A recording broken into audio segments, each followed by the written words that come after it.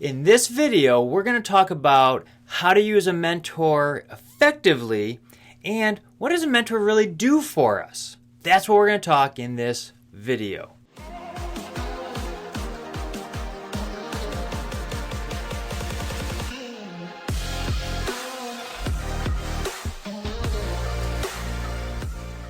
So what does a mentor really do? Well, a mentor is basically somebody who is going to invest in us, who has basically gone the way we want to go. They've gone through the battles that we are going to hit in our business or our relationships, whatever it is that we're looking to do. And now, there's no one mentor that really covers the whole gamut as far as business, relationships, sports, all that kind of stuff. There is not one person that does that. So we may actually have a few different mentors in our future, just so you know. Now, what does the mentor really do? Well, the mentor has literally, like I said earlier, gone through the battles. They have the scars on their hands, the calluses from doing the hard work. They have the emotional scars that we might actually run into, so they can actually steer us around those obstacles. That's what the mentor really does. And we are going to work with them, and it's going to be a relationship. That's right, a relationship. So what does that mean? Well, in the relationship of a mentor and a mentee, which I've been a mentor and I've also been a mentee, sometimes at the same time. Well, it's a relationship, one that's got to be built on trust, all right? And one that is going to be that we aren't going to share the dirty laundry with other people, what we talked about, whether it's what the mentor tells us or what the mentee has told us. We need to have that high level of trust that nothing is going to be shared outside the confines of our relationship. Okay. So how do we use mentors effectively? Well, keep in mind that mentors are pretty much successful in the area that you want to grow in, right? So what we need to do is actually talk with the mentor and figure out a game plan. How often are we going to meet with them? What kind of topics are we going to talk about? Because maybe the mentor goes, wait, you know what?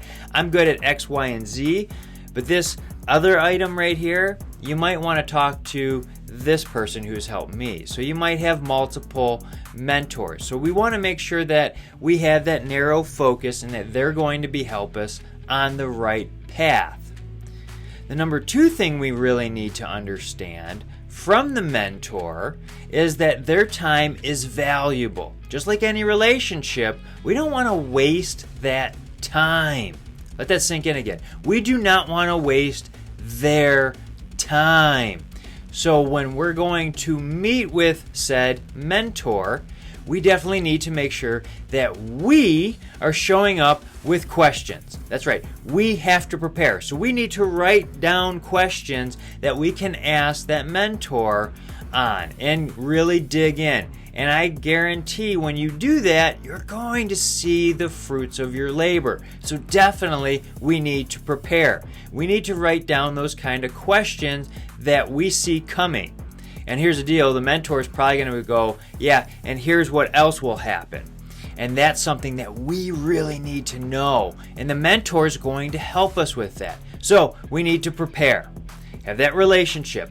And the third thing we got to do is be grateful for them and ask them, is there anything I can do for you? Because it shouldn't just be a one-way kind of relationship. We want to make sure that it is mutually beneficial. That's right, mutually beneficial. How can we help them? Because we have like a whole bunch of skills over here that they might have some questions on too. Okay?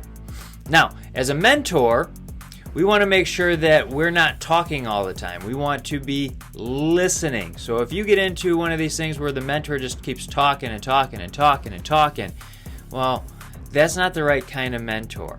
So make sure you do your vetting correctly and ask people in your network who is a good mentor for what you need to learn.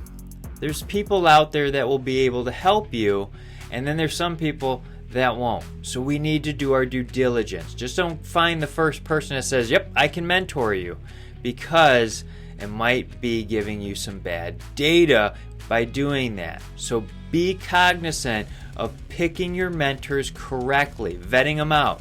This will take some time. So when we're getting ready to use those mentors and whatnot, we need to put a lot of time and energy into it. And there's a cost value to that, right? There's a cost to sitting with people that we need to understand. Kind of like if we're sitting with a mentor, they could be handing us a bill after the conversation. Just like in sales, that's what we want to be focused on when we're meeting with our customers.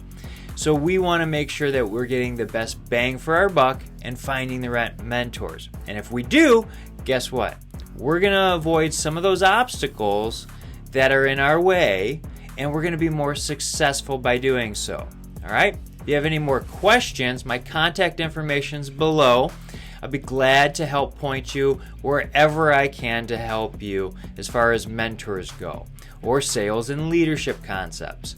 I'm here to help you. If you like this video and it's helpful, hit like, share, subscribe, send to somebody you think it might benefit. That's what I do these videos to help you. We'll see you next time.